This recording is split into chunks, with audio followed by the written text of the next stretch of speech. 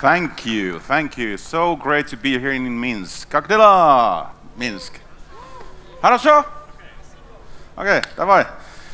All right, so I'm here to talk about design game music, how to do it, how to be good at it, how to be producer, designer, composer, whoever you are in the game business, how to start doing it. So, me in the game business, I have a long history. I was Frozen Byte in-house for 6 years from the year 2003 and had my own company in 2008 called AriTunes. Awesome. I couldn't name a better name for myself, So I have over 60 games under my belt, which is getting larger day by day. And I've worked with mobile games, console games, AA games, downloadable games, so to speak. And worked with different teams alongside with the other stuff I've been doing. And in work, I've done over 300 tracks of music.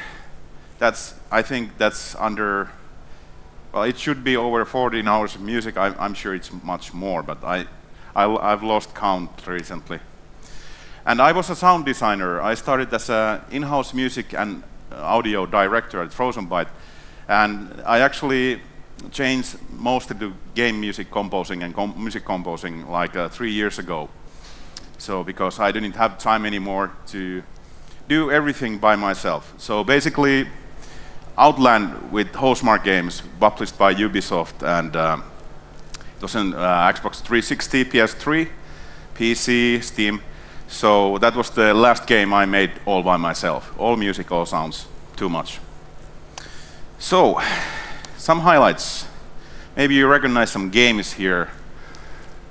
Basically, my first game was Shadowgrounds. It's not even listed here. It was released in 2005 by Frozen Byte Games.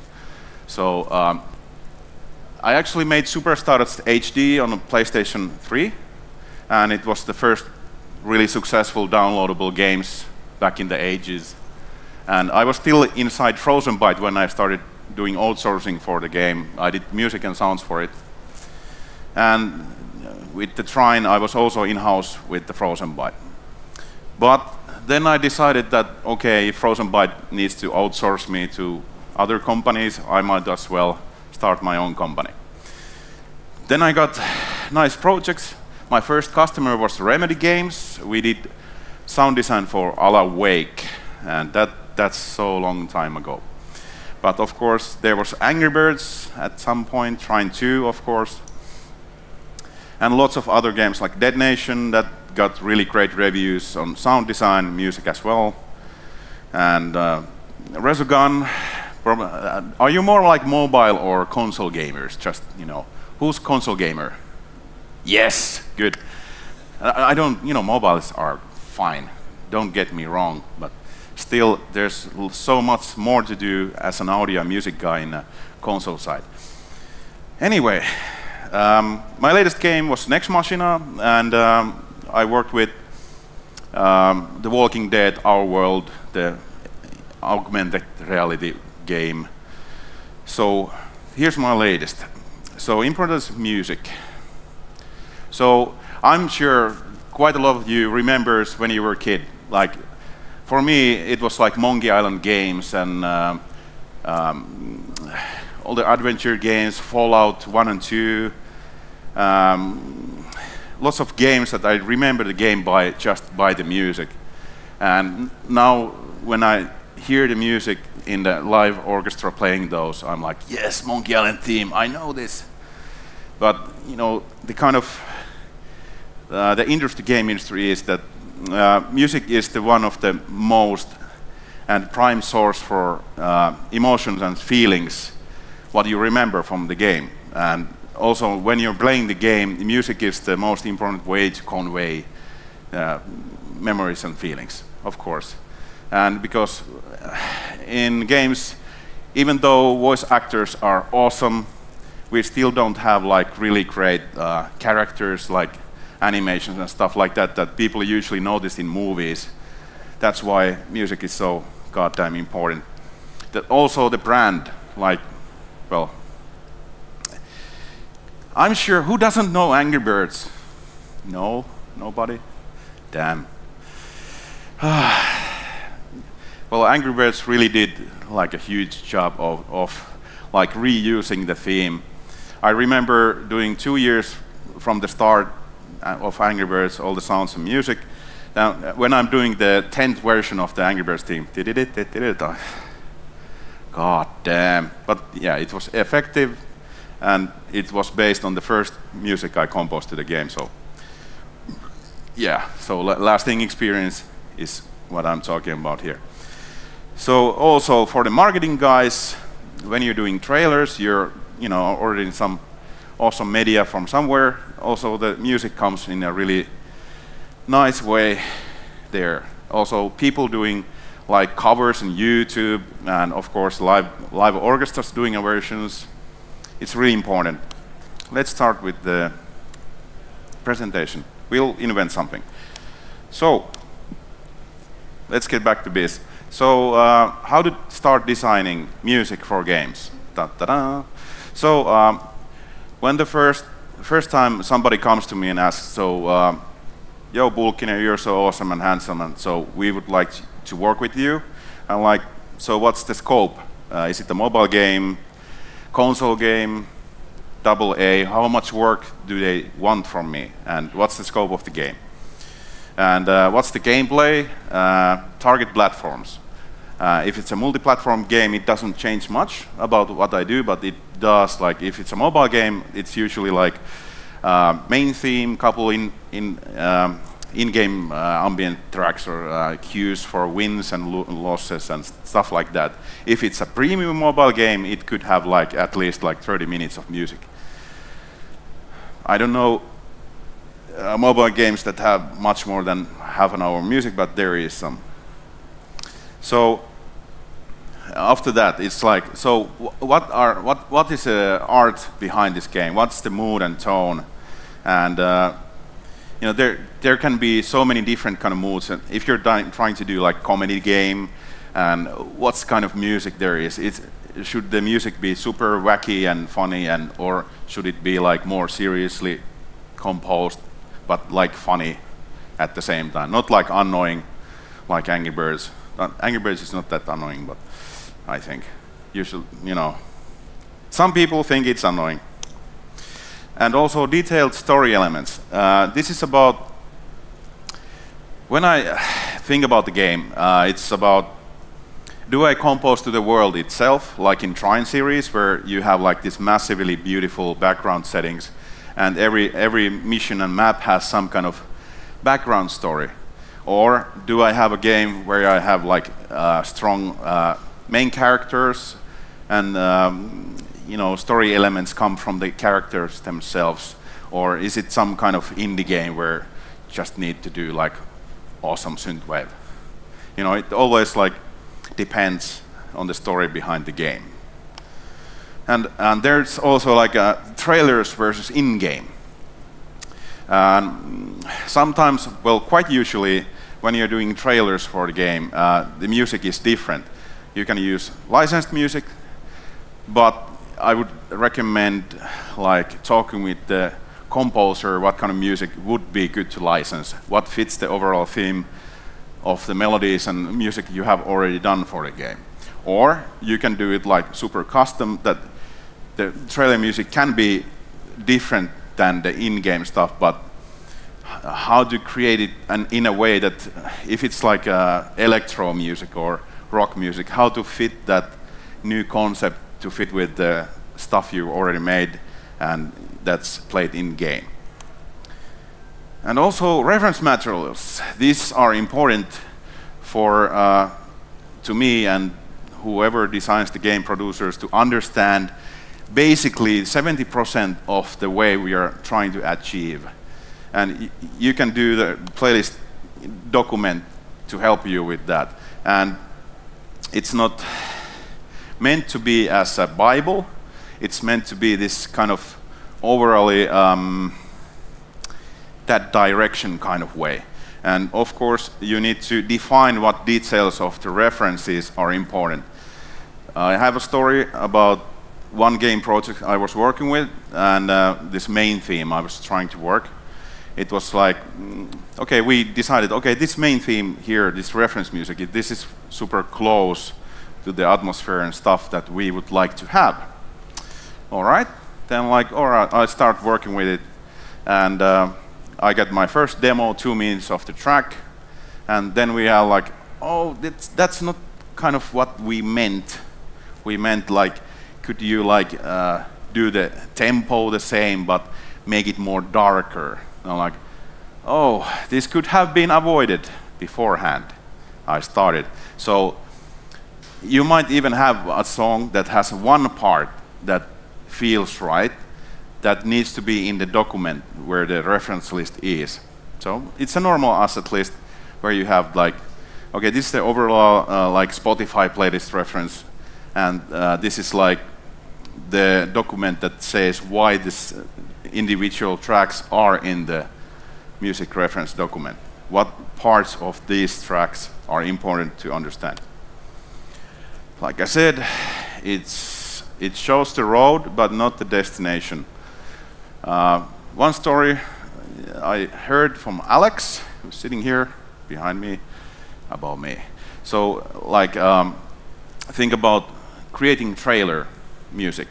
So, if the trailer edit guy uses reference music, that's not like official, it's just reference. If the editor uses that and doesn't think about how the end result would be with the music, so you already established the tempo and everything. So it leaves a lot of, it doesn't leave a lot of room for the composer to create like the final quality nice version of the trailer.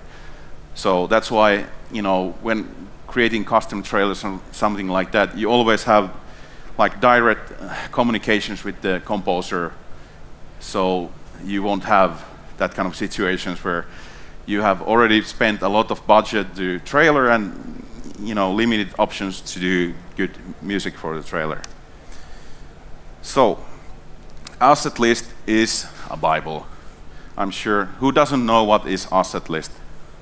All right, so asset list is basically Excel sheet about the individual tasks that need to be in the game process. So when you open the asset list, you see instantly all the tasks or the products that you need to do. So if I would have like 2 hours of music, I would have like maybe 20 tracks, like main tracks, and then I have a subcategory for the dynamic music phases and subcategories for those and transitions and everything. So everything needs to be mapped out so you don't forget something important. And this is also important. When I first worked with Remedy games, they had this concept of iterating audio and music with videos. And I still think this is the best way to work with anyone, because you don't have to do you don't have to test sounds in game before everybody in the team has a clear picture how the game should sound, and you can do that simple as like recording 1 minute, 2 minute video from the game and creating music and audio demo to the video, and you can also iterate the video while talking with the guys who are developing it. So that's the most easiest, simple way to start demo reel. And this is a subject like interactive adaptive music. This would be super long talk if I would start doing it. It's very complicated. And nowadays, when you try to achieve AAA games, there's quite many different ways to do it and quite many different softwares to do it. Basically, how the game music should react the events that happen on the screen without any kind of people noticing the changes, transitions, and stuff like that. Should be really smooth and really like detailed. And there's some programs like Wavice is now better.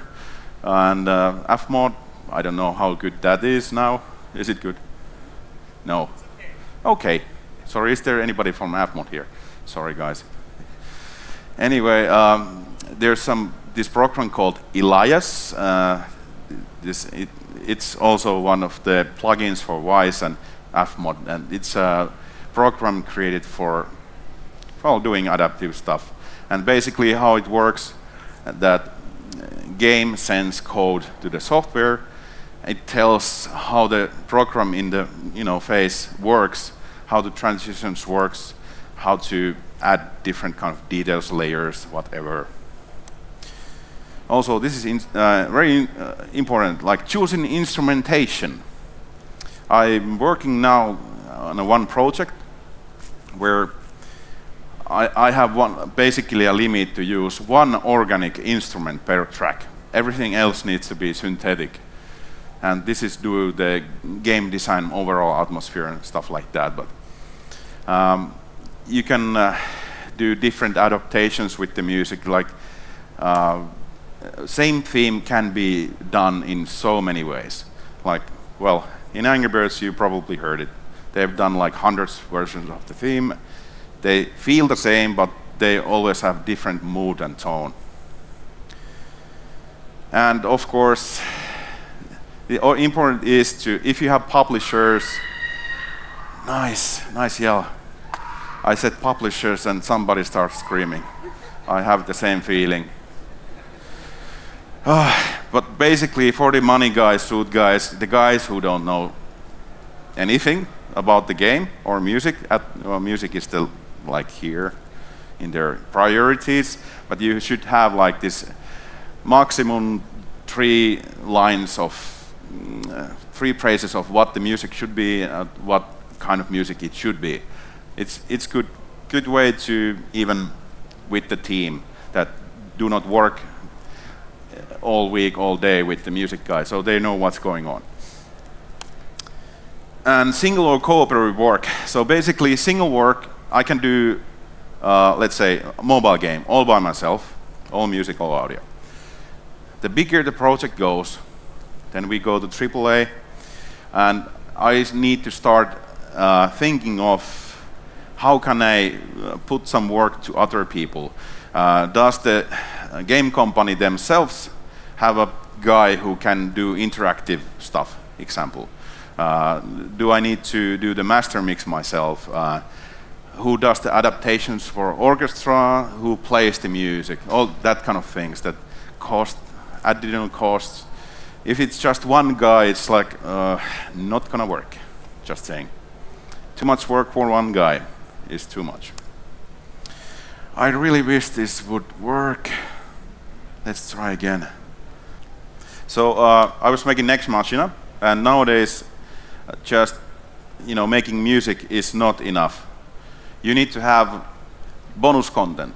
So we decided to do a music video, and I had like 2 days left with my deadlines. I'm like, oh shit, we really need to do awesome main theme, because I already made the instrumental version. Then like my friend Sami Hakala, who's also a rock singer, I'm like, dude, can you do some lyrics for this shit and work with me, please? Like, can you come tomorrow and sing? So this is basically making a video of the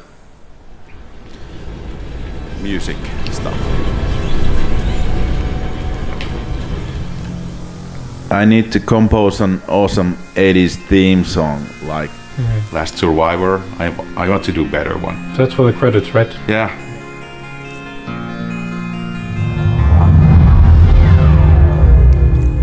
Before I started doing the soundtrack, we had a design meeting with Hosmark and Harry Kruger. So let's go check out Ari, because he's making some music for Nex now. And I instantly noticed that their goals were high-end. The goal was to create like modern synthwave soundtrack that sounds like the kind of music that you would hear in a movie when you're watching 80s movies. For me, the Nex Machina Soundtrack was one of my dreams, because finally I could prove my skills in synthwave music, which have been always my favorite kind of genre. Nice sounds, yeah? Right on!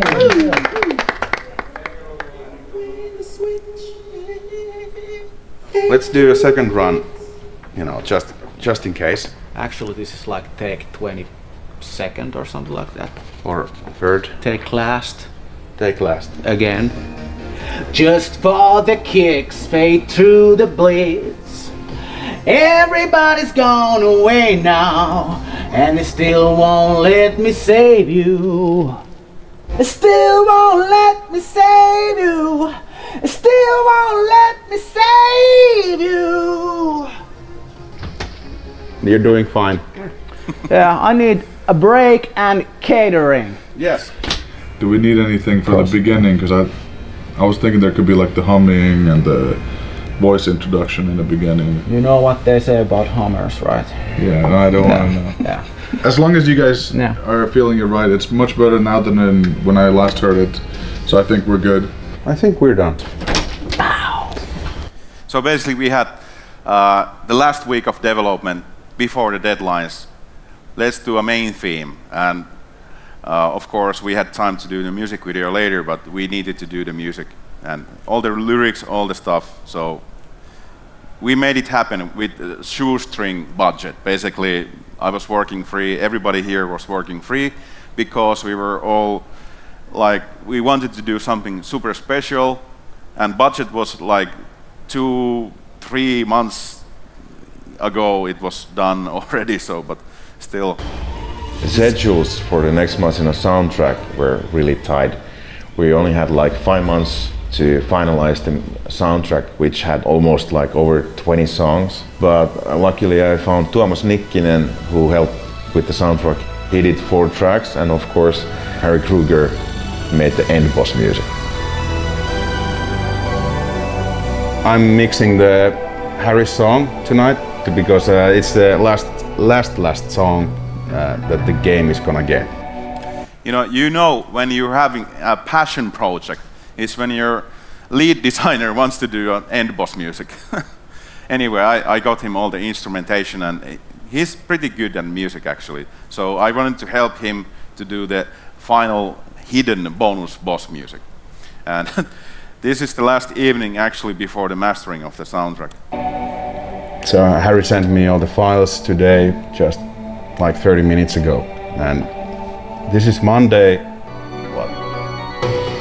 1:30, so tomorrow 11 AM is the mastering, so no pressure.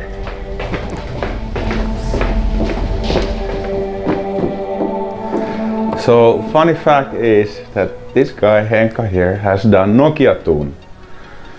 Yes, correct. Yeah. Mastered all the ringtones. Yes, and of course I did the Angry Birds theme. So we combined at least half of the world's population have heard our music. Probably so. So now we're mastering the song made by the lead coder, lead designer of Nex Machina, Harry Kruger. It's supposed to be a funeral song. Alright, I'm going to beat forward here. Right. This is good stuff. So this is the main theme.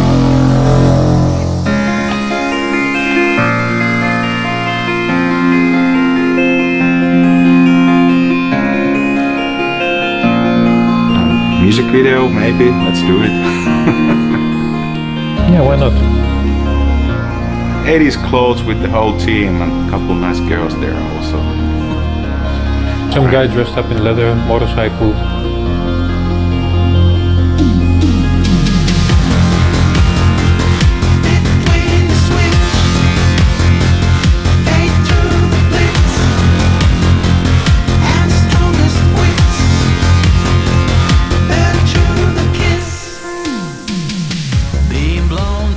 We invented some kind of handshake, but I can't remember what it was. Me neither. A secret handshake. Maybe it was like just, a handshake.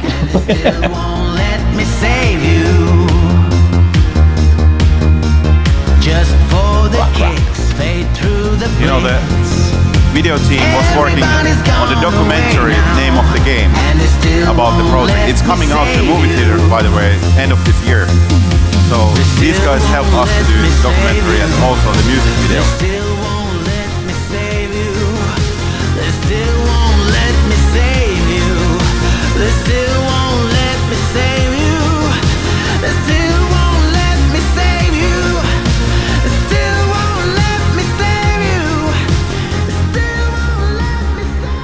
Hardest part for me when doing Nex Machina Soundtracks was to quit doing the music.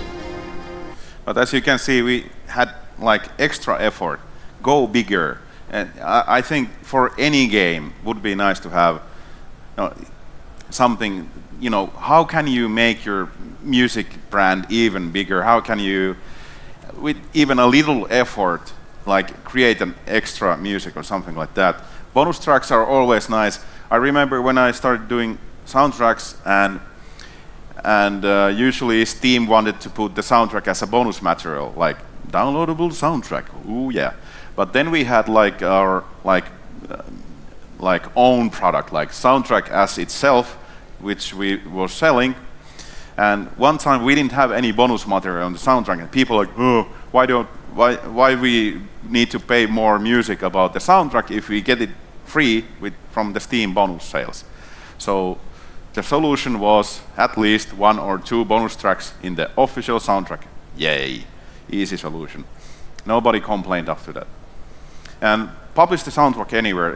It's so easy to publish music in digitally everywhere.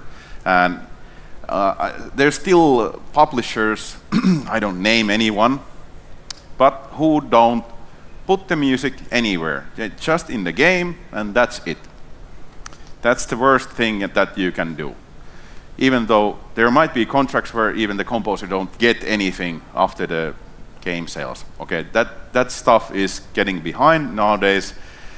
Composers, musicians are getting royalties from the music sales, at least.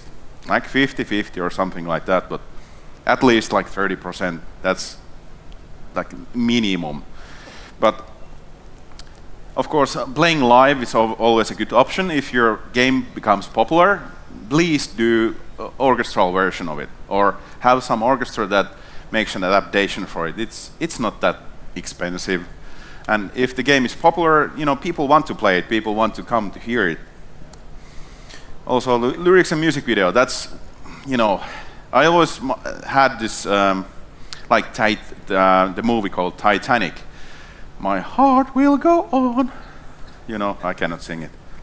Anyway, for me, it's the same with games. If you have at least one memorable song with lyrics on it, it could be a hit. Because if you have a game that reaches over 1 million players, and if you have a game that reaches like 2 billion players, like Angry Birds and all the cool mobile games there, why not use that popularity to create business with music? It's cheap, effective. And I have some challenges here. And like I said, contract revenue models are still challenging. And the game industry is a young business. If you think about movies and TV series, they have like everything, you know, set up already. It's like everybody knows what money comes from anywhere, and you know what kind of deals they have. They don't own all the music, but if your music is played in radio and whatever, it comes from copyright societies and whatever. But in games, this is still missing, but I really hope that game publishers and developers understand that they don't need to own all rights for the music, because they don't actually need it. They cannot like do further development with the music, because the guy who's done the music is probably pissed off and drinking beer. But if the guy who made the music, he has some royalty deal about the separate music deals, he's like, oh, maybe I'll do a nice new music track for this and extra effort for the soundtrack and stuff like that. It's always like win-win situation in that case. Of course, one challenge for me, I was doing one example, Nex Machina, and the guys were in events talking about the game and stuff. And they realized that they need to tone the game a bit differently. And they came back from the event, and I'm like, okay, Pulkkinen, let's have a meeting. I'm like, what's up? My music is good, right? Yes, it's nice, but all the 5 songs you made already, ditch out, because we need to concentrate on making this soundtrack more like serious and dramatical, and modern. I was already like doing my best synthwave styles, like Kung Fury, the movie, and stuff like that. I was like, yes, montage music and happy and fun, energetic. But no, I had to rework everything. I only had 5 months left to do 18 tracks. Yes, that was fun. Also, the orchestra adaptations, you need a guy who can actually write decent notes to, if you cannot do it yourself, like me, I'm just a guy from East Side, Vantaa, Hakunila, Finland, so I don't have even any kind of papers to prove that I can compose. So self-learned. So I understand the notes and how they work, but if you think about how to do adaptive notes and scores to the orchestra, I'm not your guy. Please don't make me do it. And the crunches, everybody knows crunches. Okay, if you don't know what crunch is, it's usually end of a game project where shit hits the fan. And I've been there, it's hard. You probably know how hard it is.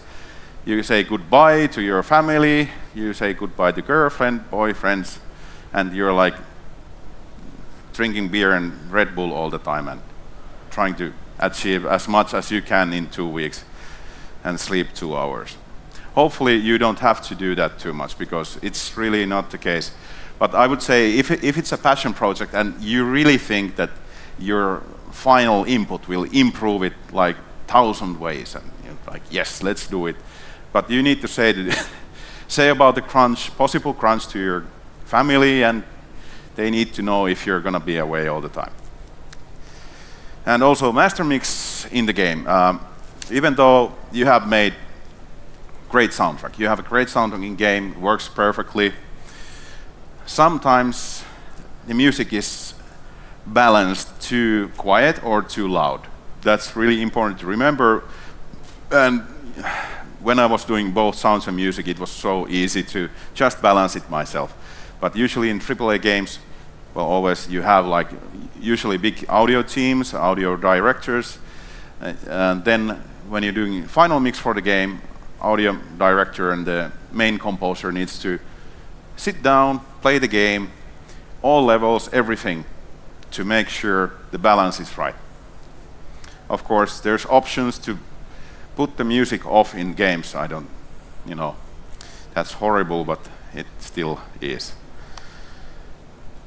All right, so I will talk Alienation. Who has played Alienation? Alienation? Anyone? God damn. Anyway, that was my biggest project at the time. Downloadable game, PS4. I did that early sketches in 2015. Locked down into September. It was, this kind of arcade game, similar to Helldivers. You know Helldivers? Yes, 2 hands, nice. Okay, but we have still a, do you know Dead Nation? Yes! Similar to Dead Nation, good.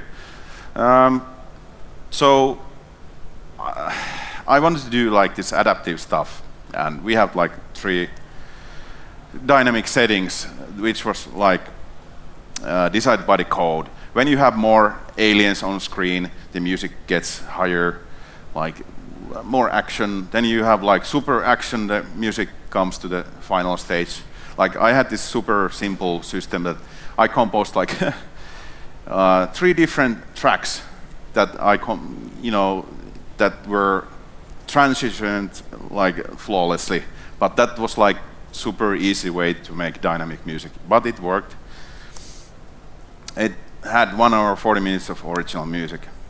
There's an example, like first iteration of music and the final version of music, and without music. Oh. Oh, oh, oh.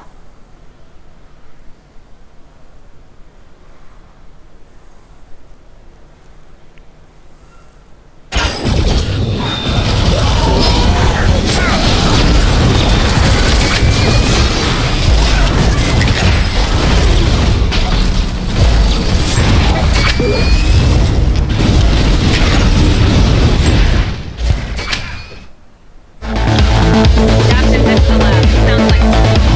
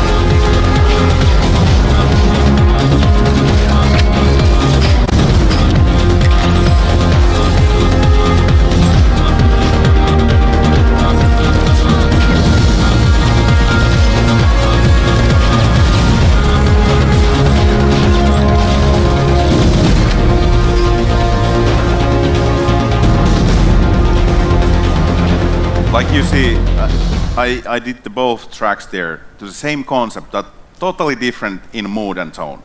But they still, both them worked inside the game. But this is what I talk about, like understanding a mood and tone of the game. Because you can do so many different versions with the same thematical ideas. It's about making the best of it, making sure that the end result is really tied with the overall concept. And that's why understanding the concept and feeling is one of the most hardest things to do sometimes. I would say that if you're doing a big, let's say, AA game, and you have a story and mood there, you're aiming at some kind of stuff. But if your story is generic and bland and doesn't have any kind of uniqueness into it, it's so very hard to understand creating music for it. And that was the reason why I actually started doing professional music, and also in the Frozen Byte times I even was a game designer, because the game designers back then didn't do the things I wanted them to do, so I wrote the story for the game and stuff like that, so I could make better music for the game. Well, Arcade Stairwell vs. Hollywood was like you saw, the arcade music was the idea that the lead designer Pulkkinen had first in mind, and he still was the mind that, please, this is the right direction, let's go with arcade music. But I was like, maybe we can try a different kind of concept, more like Hollywood cinematic style. Maybe I can combine these ideas. And he didn't believe me before I made the first version by myself without any pay. I'm like, dude, check this shit out. Okay, it's better. I'm like, thanks, man. Creating dynamic music structure. In Dead Nation, I had 6 different dynamic tracks, but in the end, it was too much. And it really messes up with the melodies.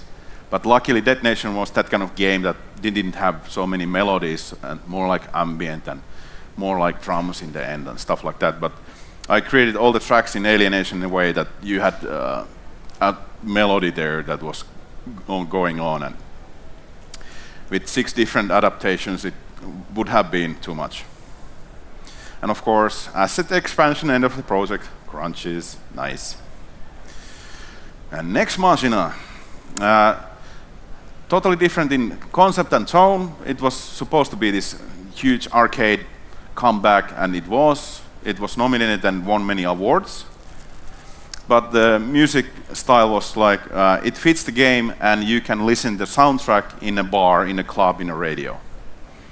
And so it meant like, it fits for the game, but I need to design the music in a way that people listening to the soundtrack outside of a game appreciate as well. So the music structures with a single track was more like single, like real music structure, but it needed to loop as well.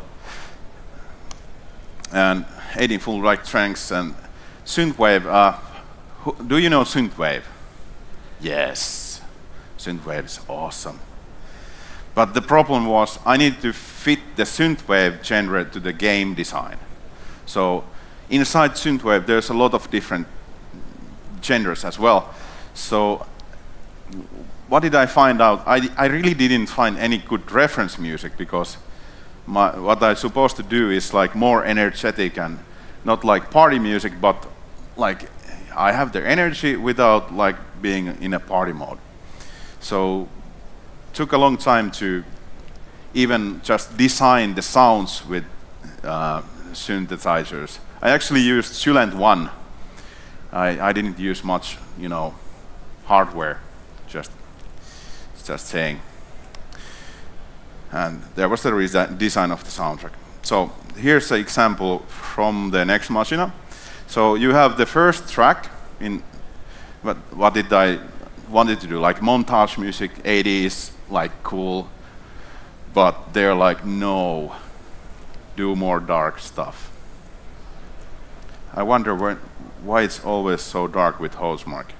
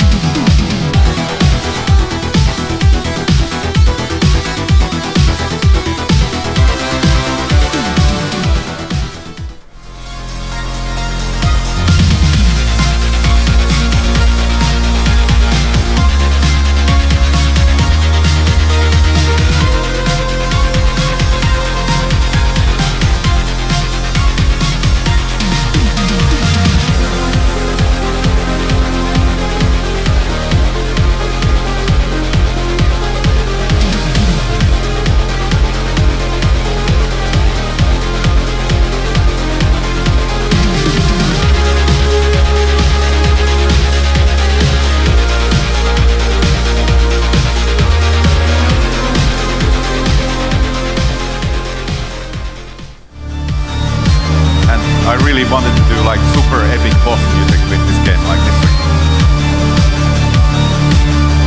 Heavy hitting stuff.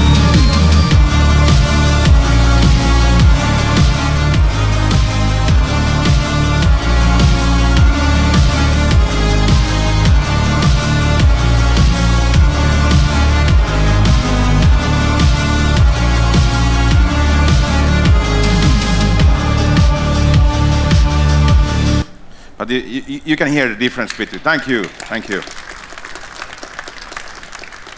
You can really hear the difference between like what's like funny 80s movie stuff versus the kind of super intensive, like more like Carpenter Brute, the artist that does synthwave.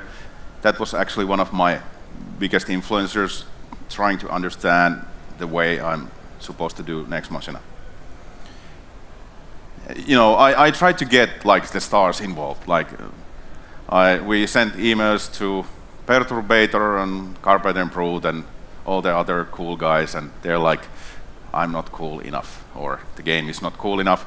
Anyway, it's always a bit difficult to have like real artists that has contracts with the music industry.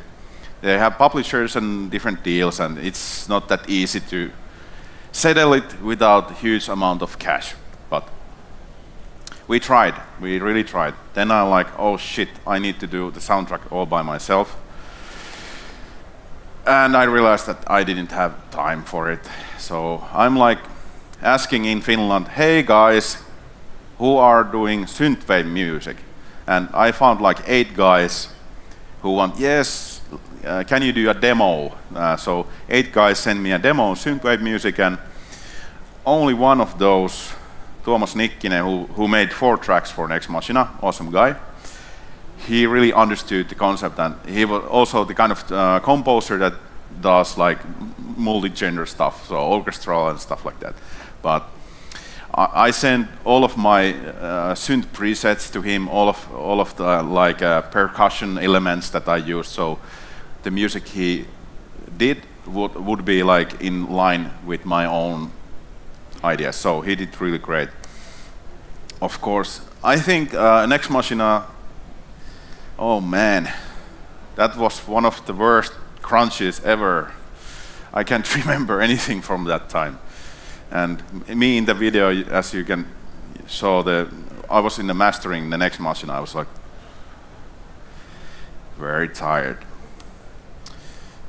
And as you can see, it was one day before the deadlines, like ultimate deadlines, that I got everything done. So overall help. So iterations are part of the work.com. It's really important to understand as a composer and as a producer that your first version of the music is just probably 50%, 70% there. And composer needs to understand that kind of the work we do is we are like custom guys, and of course we take pride in our work, but it doesn't mean you're right with your first version. I've heard that some guys who don't work with game industry as a composer, they're like, they send one track and this is the best track ever, and people like, can you change something? No, fuck no, I will not change anything, because this is a masterful work and I will not change anything. But we as a professionals in game music industry, we are happy to iterate. Not always though. Oh, and then you have your passion projects. Who's doing a passion project right now? The dream project. Almost a third of you. Nice. They can really wear you down. I've been like in many passion projects, and usually it means that you're out of budget in a halfway of game development, and you still want to have the new animations and new graphics and awesome sound design and everything. Then you're like, fuck, I don't have budget for it, I need to do it myself. And I know it can be hard, but sometimes it pays off.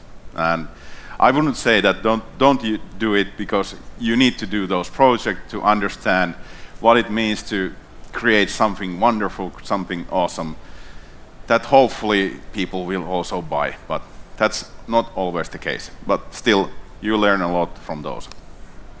Also, learn from failures. I failed a lot of times.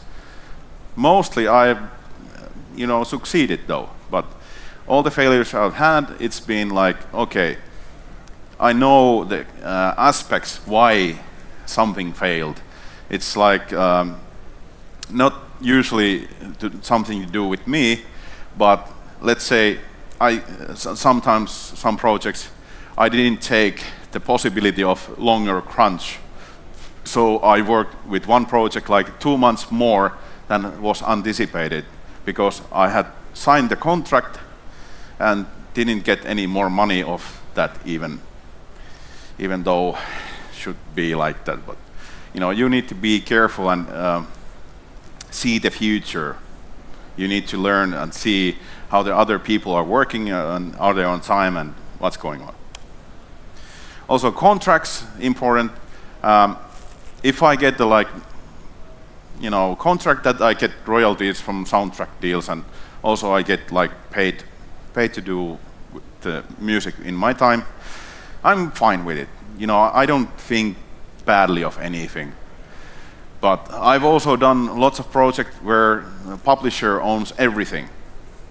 In that cases, usually they pay more money, but I would say that it's never the best option, because of course, if the game succeeds, it's always better to have a happy composer, so to speak, that really can do some additional stuff for you without payment or something.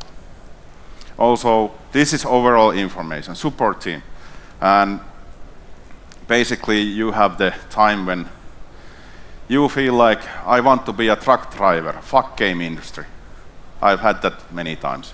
But yes, sometimes you just need to do something else than games. Live long and prosper, Excelsior. This means basically that don't forget to be you. It's not all about games, game development, yada yada. It's about, of course, it's about like your work is important, the passion project is important, but it should not be your only concern in life. But I'm showing you one video here. I'm not ending this yet. For me, like people doing adaptations from my music, it's the highest compliment, and I really do enjoy this. But this shows as much how important music is as a brand. People play them, and there's lots of YouTube views, and so nice. This guy's awesome, by the way.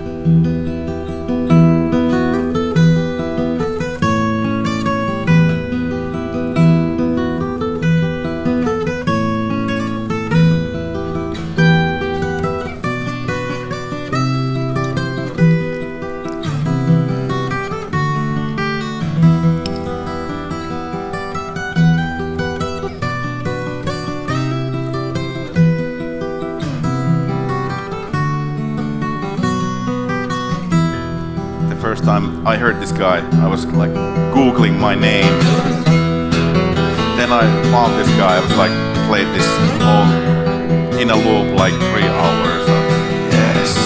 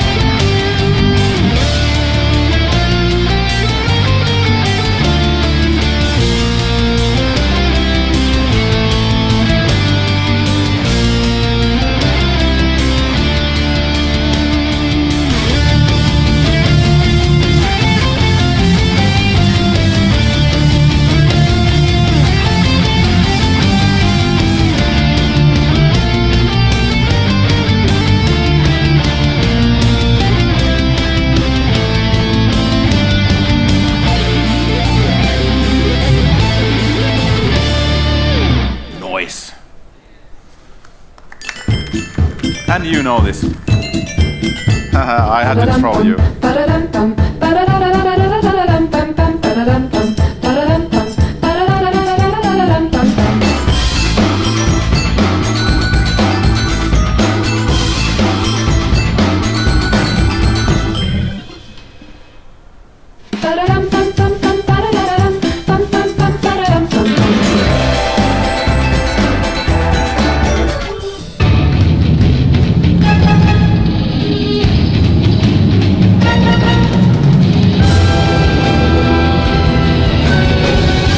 Crazy guys, I love it.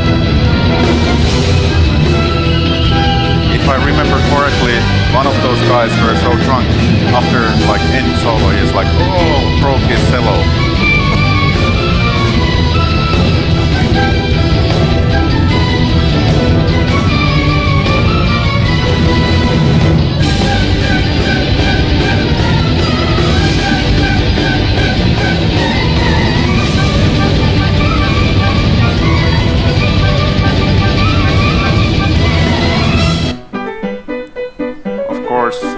I usually want to comment on the kids. They're so cute.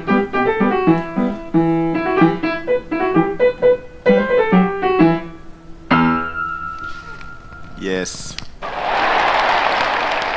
So basically, I really enjoy if my work inspires other people. And I am sure with you, in any other like game development area, you're an artist. Even coders can inspire people. But you know, it's all about creating something unique, something wonderful together. And music is really important way to make the emotions that you want to achieve in the game, like really easily. You can do that with music. Anyway, I'm at the end of my project. Speech, sorry. So, I still have time. Would you like to see trailers we've done? I can show you. Yes. Awesome. All right. These are some pickups from my career and career of AriTunes.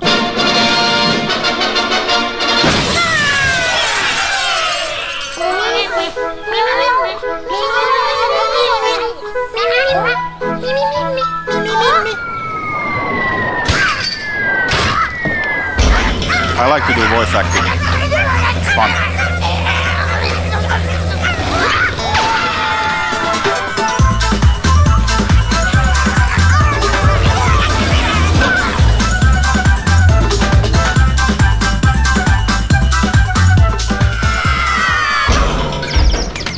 It's crazy that this video has 1.2 billion views or something.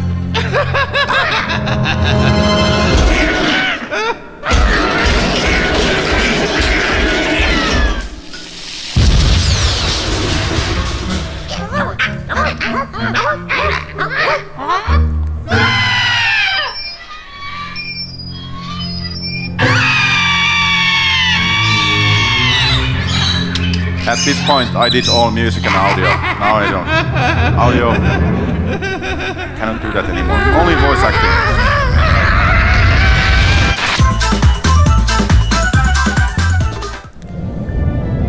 You know, who has played Trine 2? Nice. You might have nice news in the future. You know, they're doing Trine 4, you know.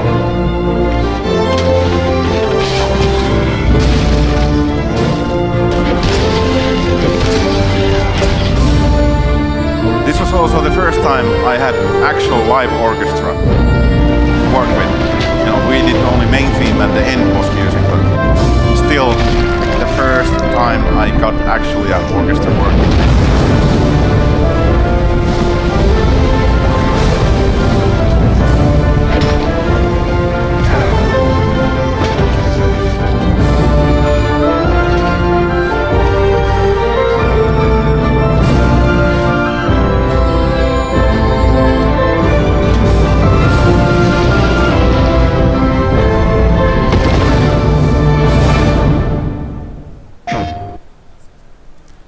This is one example of trailer music that has nothing to do with the in-game music, but when the first trailer came out, people are asking who did the music, what's the track, they want to buy the track, but it's just like 1 minute long.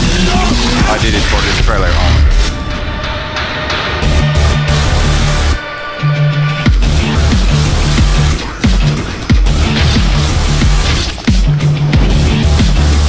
It would be so awesome if this music would be in-game.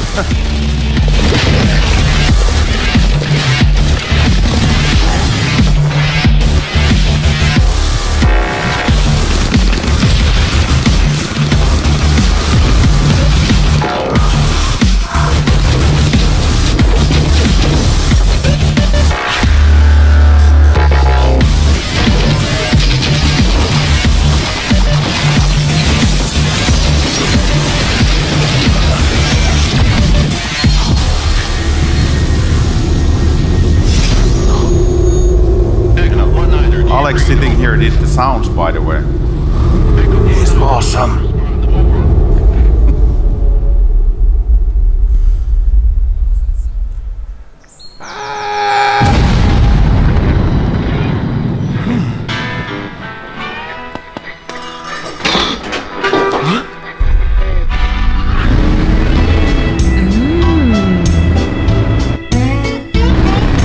Hubba hubba. I did hubba hubba.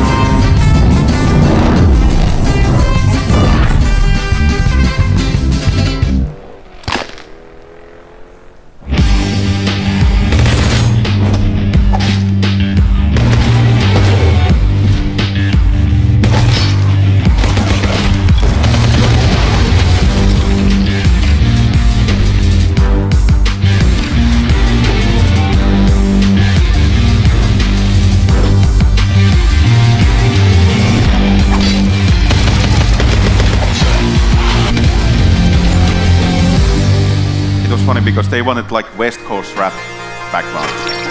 I iterated like 10 versions and snare sounds or something like that. But I still think this trailer is one of the best I've been included in. It's so powerful.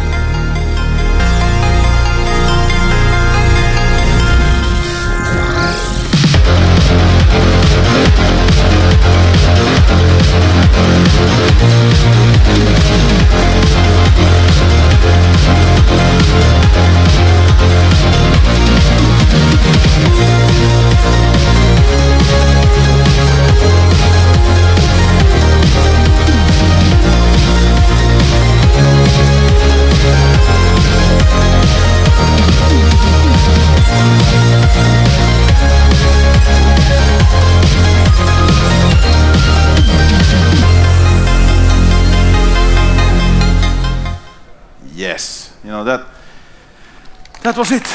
Thank you, thank you. So I guess we still have time for questions, do we? Yeah.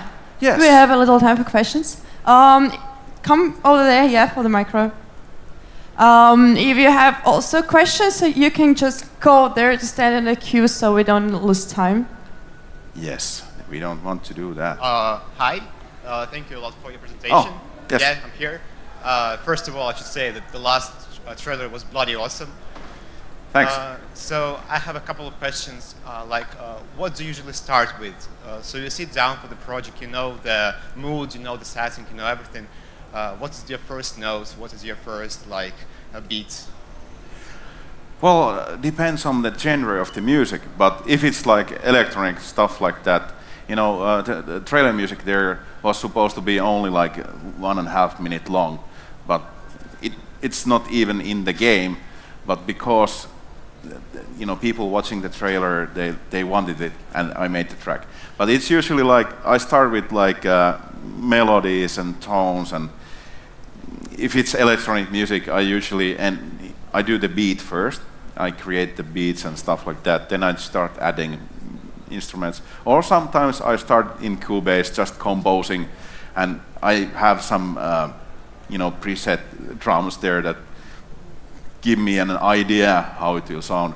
But like electronic music, it's usually you have to design the sounds, all the percussions, drum, bass, and stuff like that.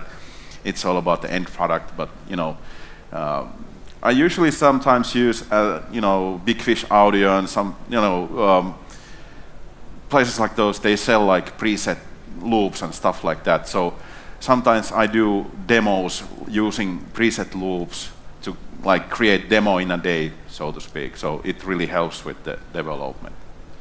Thank you. And my second question is, like from the years of experience as you have, what is the difference between a composer that makes music that is hummable, that is singable, that people want to make covers on YouTube of, and from a composer that just makes like bland music? You know, it's all about the hook. Like, for me, when I was a kid, I always liked the movie music and stuff like that, like TV series MacGyver, who had the memorable melody loop and some kind of, it could be like even simple one, but if it was like right amount of stupidness or right amount of awesomeness, it's for me it's kind of the when creating like a hit song, you need that hook. It can be percussions, it can be just some simple stuff like skibbity ba ba ba, you know. But if there's a hook, it works. Thank you a lot. Hi. At the beginning of the speech, you said that editing a video, trailer, or a music video using the reference music is kind of not a good idea, right? However, this approach, this pipeline, it gives a really big speed up in terms of production, right? Yep. So, do you, as a composer, have any kind of tips or tricks for an editor guy like me to kind of marry these approaches? Well, basically, if you can get the composer to agree to use certain tempo, then you are in a better side already. If you don't use like preset song to test it out.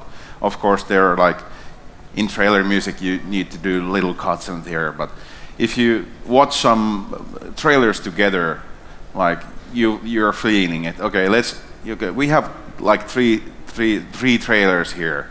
Can we do something similar? And then you like the music guy. Can you do something already like really like simple, basic kind of first iteration, and then okay you have this 1 minute trailer and the music guys. Okay, this is the structure. How does it sound? Like of course the music guy will add melodies and stuff like that later, but you know if you have the same consensus about the end product, it helps. Okay, thank you. Yep. Hi.